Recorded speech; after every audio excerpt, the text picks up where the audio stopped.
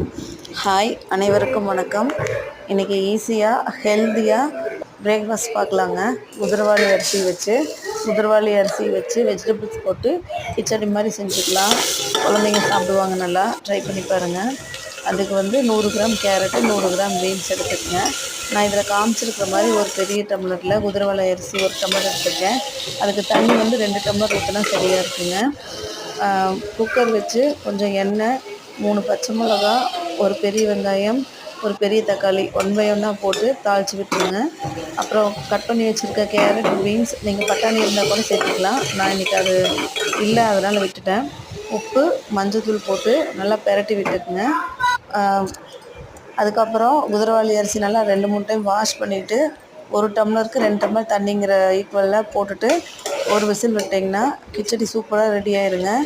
இது side dish எல்லாமே சாப்பிட்லாம். ட்ரை பண்ணி பாருங்கள்.